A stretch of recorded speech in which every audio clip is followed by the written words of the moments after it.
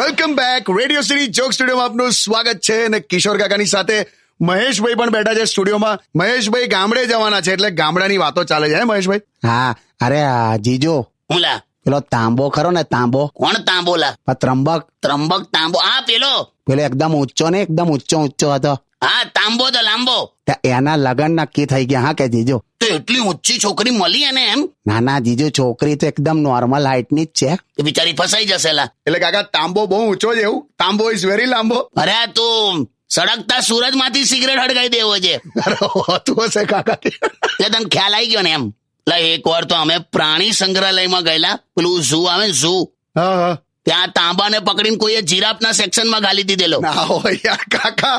ના ભૈલુભાઈ, જીજુ સાચું કે બહુ લાંબો છે, બહુ લાંબો. એ જો રિવર ફ્રન્ટ પર જો બ્રિજ પર બેઠો હોય ને, હા. તો બ્રિજ પર બેઠો બેઠો સાબરમતી પગ બોળી શકે એવો સખત લાંબોલા. તે એના લગન નક્કી થઈ ગયા એમ લા મહેશિયા? તારે પેલી છોકરીનું શું થશે લા લગન વખતે?